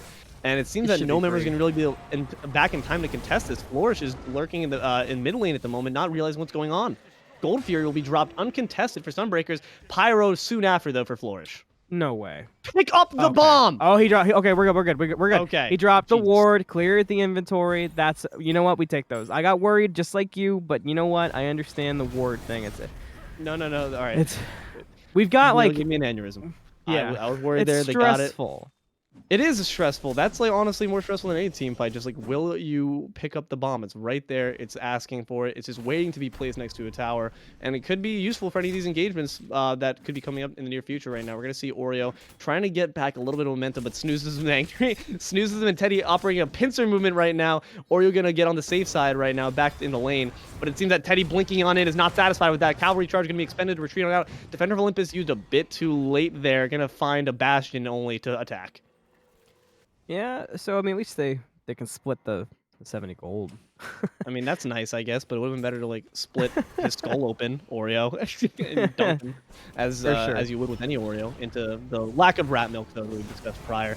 Right now, EmoticonFather caught out a little bit, gonna try to do some damage to the opposing mid laner, but gonna find quite a bit of his own. Weeping on out. We do see some members engaging, though. Dueling Drags and on EmoticonFather, still sitting at a pretty amount of health, though. Big shell there, gonna save him right there from MyFault. Gonna try to dash into a wall, but finding too much damage to do so. A kill can only follow. Dash is expended, Digits looking for it, but gonna opt to retreat on back. Teddy have already used the blink right now, might not be able to find it himself. Celestial Flight gonna be used as well. Snoozism's taking him to the tower. We're split 2-1 and 1v1. Trying to get the escape if you're MyFault. Trying to get the kill if you're Snooze on to Lycon. There's the dash in. The taunt from Digits finds the kill there. Big kill for Digits, but could be caught under the tower from Anxoush. Taking a lot of poke from it. But there's a lot of minions, luckily. That actually absolutely been a kill if there had not been a ton of minions to tank it right now. Digits wisely opting to not attack Anxoush during that engagement to receive the tower's aggression. Gonna be able to escape out of that safely. Athena will pick up the kill. Obviously not who you want to see it on. Teddy was trying to, I guess, plot his next devious plan, but Oreoooo gonna foil it real quick. Yeah, MyFault to get away in that fight, which is big to note. It's big for the I almost called Cleo the Charybdis. I've casted a lot of games today, but it big for the Cleo. You need to get that escape online. The damage needs to start showing up from Cleo. And I mean, that's why they picked it. We talked about it, trying to shut down the Oreoooo. It just hasn't quite been there yet. I certainly think that it could and it will, but it's got to be sooner rather than later, because this is where Cleo should really be putting in some work. Yeah, absolutely. Anthony might be overworked from casting all these games, but the Cleo certainly is not putting quite enough yet at the moment. We're going to look to see MyFault putting a bit more damage, hopefully, in the next engagements. Certainly was important. Using that wily craftiness that is inherent on the Cleo to get out of those situations is MyFault. But like we said earlier, not quite getting enough off to make that pick worth it quite yet. Looking to see a bit more damage come out onto it. I've liked the prior engagements of what we've seen from EmoticonFather. EmoticonFather standing at a far safer range and also making sure to utilize those movement abilities properly. What we couldn't see happen on the Habwa, which is proper positioning and escapability, is now coming into great effect onto the Tiamat. I'm looking for Flourish to start kind of beating Sunbreakers at their own game. I've been sitting here trying to think about what they could do, and the only thing I can possibly think of is starting to play more and more aggressive and trying to force team fights with Sunbreakers. And I mean, you're not guaranteed to win them, certainly, but at some point something's got to give, and that's something probably at this point should be making fights happen. Absolutely. I have a question for you. Right now we're seeing... Oh, hold on a second. We're right now seeing actually quite a bit of trouble there for Oreoooo. Dunked by Teddy instantly. Great wraparound. I love the movement there from both members of Sunbreakers. It's just good communication. And Teddy's going to get another kill in that pocket. Make it 5. A bit of a group up around the Oni Fury, so it's going to be contested. Don't worry, we won't forget about the question, but the current question on the table is who's going to get the Oni Fury. It's just being teased right now from both teams. I'm really liking Sunbreaker's chance in this next fight, but Flourish are certainly not out of it. Snoozism being here is so important. Snoozism fed up to level 17 over the Guan Yu's 15 right now, and having a kill to boot, it's going to be... Look, he knows that he can really tank and spank right now. Might find a bit of damage, though, onto Smug right now, and Smug's happy to provide it right back, but it looks like this could be an interesting engagement. Going to try to see if they can bully out. Rage Form is here now that the Sunbreakers have indeed destroyed the Oni Fury and going to pursue out Anxoush, but meanwhile, we do see Reblossomed going to dash on in, try to support right now. Smug realizing this is way too much. MyFault going to find a kill on a Teddy, though. What happened over there? Snoozism going to get Smug in retaliation, though. And now we've got a 2v2, and if I'm not sure, but I want to find out that the Fury gets stolen. Now EmoticonFather taking a lot of damage. Defender from Olympus trying to help out. Tiamat gonna fall down to MyFault past their Nirvana as the Cleo's got a kill. That is unfortunate. Sunbreaker is going to lose a decent amount for that Fury. Teddy and EmoticonFather going to pay the price with their lives right now. Good to have that objective on your side right now, but this opens up the map for Flourish to make a rotation, potentially even look for the Pyro right now. Snoozism going to stand there. Snoozism doing that job perfectly well, chasing out Smug there to the very back of their tier 2, and still managing to find the kill with assistance there from Reblossomed. So excellent job on their parts, but unfortunately is not going to quite do it soon enough to have any impact on the bigger fight that was happening closer to the Gold Fury pit. Talking about builds and talking about the damage we just saw Smug do to Snoozism obviously wasn't enough for the kill, but going Dominance next, still not committing to crit, which is interesting. What I'd be curious to see is if Smug is going for a pen build. We're not seeing the entirely normal route that you would take for a full pen build, but it's certainly there. Plus, you have the attack stim, so you can kind of choose to go what you want. So It's hard to tell, but at the moment, I'm really liking Smug's build because you've talked about it a couple of times now. Snooze is a problem on this Kakolin. You got to do something about it, and who better to do it than the Cleo or the Rama? And Cleo's having some trouble this game. It's important to relegate someone on that duty right now because you see Snoozism whacking with that paddle right now at the foundation of that tower right now. Anxoush is going to fall to half at the moment. Teleporting in, though, we do see is the Guan Yu going to opt on in. Oreoooo here to provide some heals and some morale support. But right now, everyone grouping on in, it looks to be a 4v4 here in the mid lane. Oh, as we see actually retreating on back is now 4v3 as Guan Yu retreats on back to farm here. Could be a bit of an issue as this tower is likely going to fall. Smug, got to be careful with what he was trying to do there. Could get caught out. Has to go in to Ultimate to try to survive with the CC, but you do have to come down as Rama. They're lurking right near the tower line for him. Big Ruination going to provide a lot of damage there. Celestial Flight expended. Leaping on in, though, we do see EmoticonFather is quite low. So is Reblossomed. So is Digits right now. Snoozism is going to have to try to carry this one on his back to try to make sure that the peel is there for his team. This is huge. This is great, but the problem is Teddy's still in the back, and they don't quite know it yet. But Oreoooo turned around, so now they know that there is an Alquang lurking. But they can easily get this tier 1, and he could look to set up for more. EmoticonFather is right now really low and is looking to be caught on the left side. Going to be able to dash out. If that was a Hobwa there, that you're a dead EmoticonFather right there. So going to make sure that Patricide is not committed quite yet. Oh boy. Teddy now is starting to opt into enter the fight. Going to quickly, though, decide to leave. That was a very quick entrance and exit there. Wisely so, though. The collapse was there. It does seem that we're going to be looking to re-engage for the members of the Sunbreakers. Snoozism is going to have to hang on back, though, looking quite low. As well as EmoticonFather still could be look to be a first target, and MyFault will take advantage. That's a big kill there, and then another one goes to iSmug as Reblossomed falls down. Now Flourish going to look to reset and potentially go clean up the Fire Giant and set up to take it. It's a good time to do it. They've won fight after fight here, and they're really starting to turn the game. This is a great moment as any to force an issue at Fire Giant. They've got 25 seconds to get there and start some chaos. This is what I was worried about with these fights. If you extend that fight for too long, don't let Teddy do what Teddy needs to do, which is burst someone the hell down. Guan Yu is going to heal them all up to near full, and you saw that be a really big issue. Snoozism was half, had to retreat on back, couldn't be there for that final engagement where the kills were dropped onto the team members, and EmoticonFather was really low as well. The disparity in sustain is going to come through if you do not respect the Guan Yu's ability to get your team back up to full health enough. So Sunbreakers needs to make sure that these engagements are quick and snappy. Half health of Fire Giant. Now it's a 10%. Can they get a steal? Flourish gets the Fire Giant. And are they going to look to push? Because they're going to look to back. So they're going to get the Fire Giant, and they're going to take it easy. Go to Pyromancer. So clean from Flourish. Absolutely gorgeous gardens from the Persephone team. They could have done that any better. I'm so impressed by that. Picking up the bomb almost instantly really shows the amazing communication coming in here from the members of Flourish. They're not going to let that stay on the ground for not a moment too soon. Going to be in the pocket there of MyFault. Hopefully going to use that to perfection there. Going to just really rotate over for any big objective is not safe. Primal Fury going to be looked at next. Flourish is looking to make this a massive, massive momentum swing for their favor. And it's definitely going to work. I mean, the gold alone, experience, everything. Look at it. Look at the charts. They're jumping blue. It's really good thing to see. I think that the pressure is unfortunately being taken away from the Alquang. We saw that Teddy spending a bit too much time lurking in the backline, a bit indecisive, and then the spot out, once they knew who was lurking in the back there, the factor was very much diminished in the threat that it could potentially pose. So Sunbreakers need to find a better way to utilize Teddy there, because without him to really lead the charge and the damage, it's just a 4v5 that you're just going to lose. Yeah, you're going to lose that 4v5 9 times out of 10. The Alquang split push here, not going to secure the tier 2 tower as we have a teleport in from Oreoooo, but what I'm looking for here, Flourish has now figured out that they've dominated the 5v5, right? And as you said, 5v4, not where you want to be right now.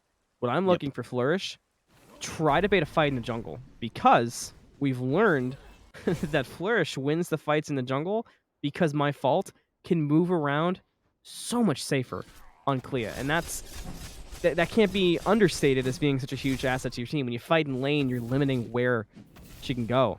So if they can set themselves up in the jungle, create an awkward fight, or at least give Clea the chance to come in from the jungle, their team fight jumps significantly. Landfall's value also significantly spikes in the jungle, can block off entire pathways for the low mobility gods. They do have the ability to get past it with some of these members right here. EmoticonFather able to leap past, depending on the angle. Teddy can also, as well, Snoozism leap it past, but then you're expending valuable movement abilities that can really come back to bite you in the later engagements. What I want to talk about is they continue to push down this mid lane for the Phoenix right now. There you go. Reblossomed versus Smug. We saw the god switch happen, but unfortunately still it seems that Reblossomed's lagging behind here. Why do we think that is? Oh, hang on, it might have to wait because they decided they want to fight right as you asked the question. Teddy goes in, but Teddy takes a lot of damage while going in. Big Shell comes out for Flourish. Can they turn the fight around? Dueling Dragons expended. Smug gonna find the snipes down on Teddy. That's massive value right now. Everyone's really just leaping on in. EmoticonFather trying to take on as many as he can. Gonna consume Lycon there. Diving back in though is Anxoush right now. It's looking to be a turn as 3 members now stand for Flourish, and Sunbreakers are still looking pretty healthy. But hold on, a big tear of the veil there. Oreoooo gonna find digits, and quite low right now in the back is Snoozism. Double there for the Guan Yu. Looking for more too. They got a Phoenix down. They got the 3v2. MyFault gets a big kill on EmoticonFather, and Flourish able to make that fight work despite how close it was. I don't know how much time we have to answer your question, but what I will say in the Reblossomed versus iSmug category, damage and feel of that last fight are a different story. Reblossomed right there showed up big, and if Reblossomed can continue to output that kind of damage in team fights, Sunbreakers may be able to hold on the defense they're going to be facing for the next few minutes. I think that just shows what they've been missing. When Reblossomed came online there and provided that damage, it worked out really well. What unfortunately was just a bit of an overextension. Again, these fights cannot last long. You need to take your kills and pack your bags because Flourish is going to come back with heals. Oreoooo, they're not only nabbing the double kill, but providing a solid amount of sustain to boot for the entire team. It's going to become an issue as we get to these bigger engagements. Yes, a big issue for Sunbreakers is going to be iSmug. We did see the Silver Branch bow come out. I would expect... I'm going to assume he's going to sell Death's Toll and pick up an Odysseus bow. I feel like that would be probably the most DPS math-wise. And that's going to be a big problem for Snoozism and Digits, realistically. Especially for Digits. You taunt in a Rama with that kind of build, and you're going to be instantly half-healthed. And as Athena, that's not where you want to be, especially in a scenario where you need to be creating openings for your team. Right now we see Oreoooo frontlining, trying to zone away anyone who might try to hop in here. We do see Teddy lurking as he does, but wow, that tail was still doing massive damage to him. Dropped almost instantly by MyFault. Wow, that's a huge death here for Sunbreakers because now you can get the Spire Giant and you could actually look to just run it up mid and even attempt to end the game, which is a really bad spot to be in and is a bit concerning, to say the least, here for Sunbreakers. And as you can see, they're backing to defend, so they expect the same issue. We'll also have a Pyromancer bomb, you know, hopefully. So, Sunbreakers back against the wall, to say the bare minimum. I mean, this is a good place for EmoticonFather to really be the MVP right now. We have seen that Tiamats are amazing at base defense, and with the high cooldown, with the low cooldowns, you're just gonna be spamming out those ruinations right there. Decent damage coming on, gonna force the Aegis right there from MyFault. EmoticonFather is going to be the one to protect here for these big Phoenix sieges. And the Phoenix Siege it is. They go in. The landfall brings in Digits. EmoticonFather's already been poked out, and look how deep Oreoooo is. Causing trouble. There goes the Phoenix. There's a taunt in. Did not find Smug, thankfully, but there goes Oreoooo, eaten alive. No milk, though. Teddy, unfortunate there, and Teddy's going to realize that I wanted that milk, going to go back on for it. But then Friend of Olympus is going to be expended, unfortunately, a bit too late, or maybe just Teddy having a bit of miscommunication that the fight was still not going to be had here. Diving in, going to retreat on back, think better of it. Because maybe see if we can catch a lazy back here from one of these members, though. Not going to quite find it. I was hoping for maybe just one more pick would have been really nice on the members of Flourish. Yeah, I mean, one more pick would have been nice, but they're in a fantastic spot. I guess you can find 2 small negatives. The mid Phoenix is about to spawn. You gotta siege it again. Granted, they'll kill it quick, and you didn't get the good Phoenix in dual lane. You got the solo lane Phoenix. So, Sunbreakers positives is it's easy to defend, but gotta have MyFault alive to do it. And Smug and MyFault run into Teddy. Primal Fury still getting pulled. Risky call here. And it does seem that that's why we'll get it though. The tear the veil, the dot damage, sorry, the dot damage, but the ticks of damage are going to provide that objective for them. Dueling Dragon's going to be expended, but not finding anyone. Smuggling to meet a lot of bit of trouble. Takes to the skies with the snipes. The snipes are doing big damage on Reblossomed. Got to land though, and on the landing survives with the dash through somehow. Smug finds Reblossom before dying, but Teddy finds a kill onto iSmug. Now MyFault's in big trouble with Snoozism around the corner.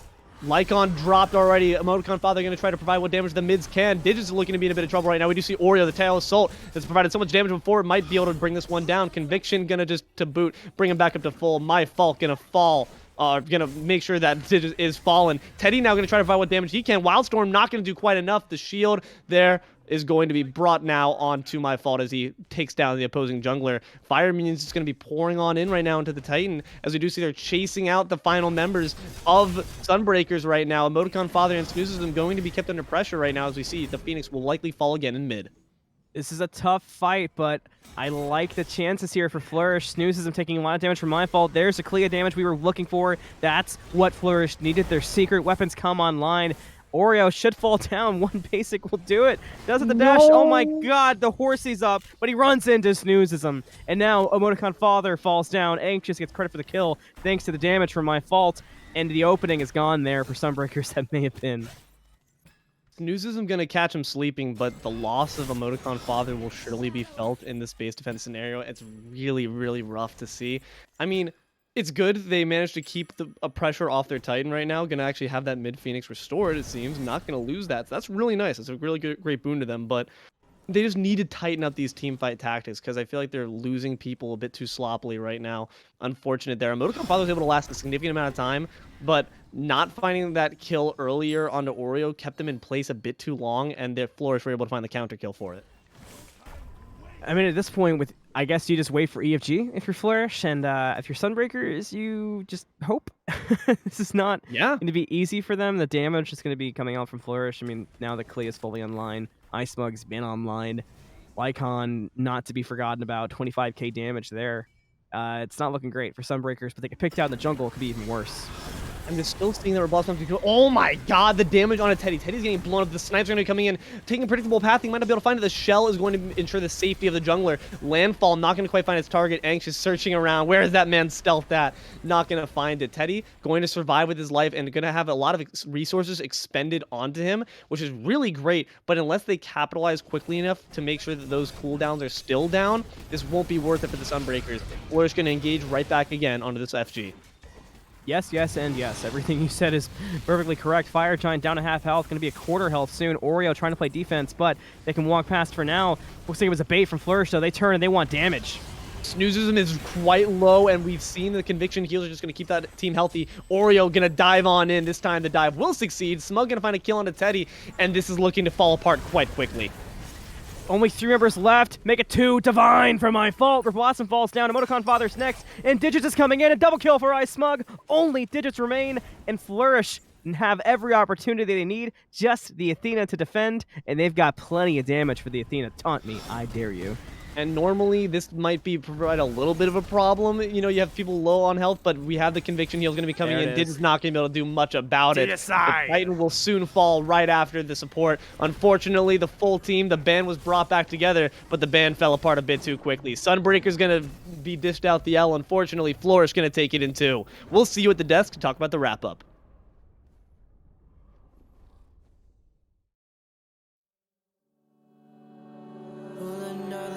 Cigarettes out.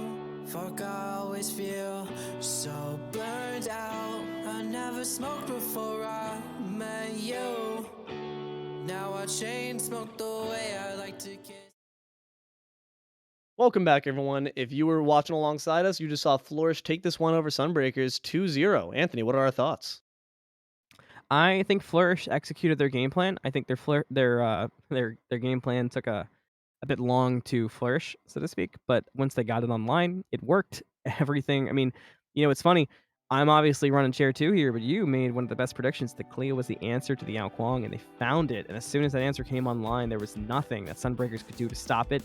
Teddy on Ao Kuang, I still stand by, could deserve a target ban here and there, but this particular game, Flourish had their number. I would agree with you on that one. What do you think was the turn? Because we saw it. It's like you said, it took a while to come online. It was looking really dire at the beginning, in fact, with a lot of kills being put in Teddy's pocket without any opposition. Where do you think it all went wrong for the members of Sunbreakers? Honestly, and it sounds simplistic, but I think it was just builds. As soon as Flourish got builds online and they were able to dish out damage, it was just over. I mean, I think Cleo's got a very underrated mid game, but late game, we all know is insane, and I feel like MyFault was just playing for that, and as soon as it showed up, it was game over. I would agree with you. I was liking a lot of the plays I was seeing in the early to mid game from not only just on the gods, like what we were picking here and how we were executing it, but just the tactics being used. Snoozism on this Cocoon was really great, bullying out Oreoooo. It seemed like that the Guan Yu was not going to be a factor, but the conviction heals were so important. You see that right there, 7,000 healing. That's a lot coming in for these late engagements when you have 5 members surrounding you. If you're in any sort of extended team fight, it's going to be an issue, and it was certainly providing quite a bit of utility for the team.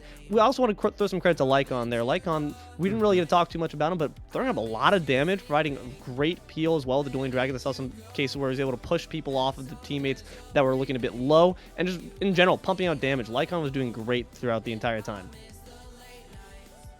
Yeah, Lycon, I mentioned it a bit at the end, the damage was there.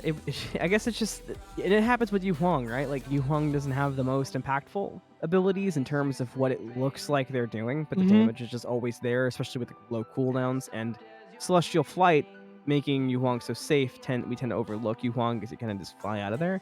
But yeah, great overall, and I think for Sunbreakers, they have more than enough that they can look back at this game and improve, and I feel like, I mean, Zombie Crusher, their coach, is a very particular and very knowledgeable, one of the more involved coaches for Godlike, so I wouldn't be surprised if the VOD reviews turn up and really lead to a big improvement from Sunbreakers, because hey, they didn't even have their true support game number 1, and they competed the way they did, which is saying something.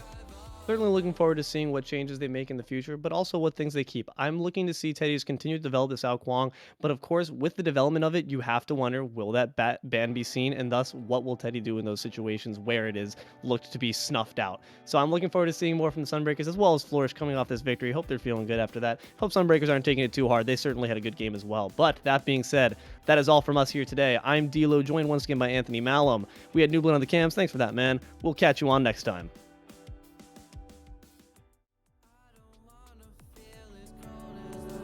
Another of your cigarettes out. Fuck, I always feel so burned out. I never smoked before I met you. Now I chain smoke the way I like to kiss you. Cause I know you're with them while I'm here. Stare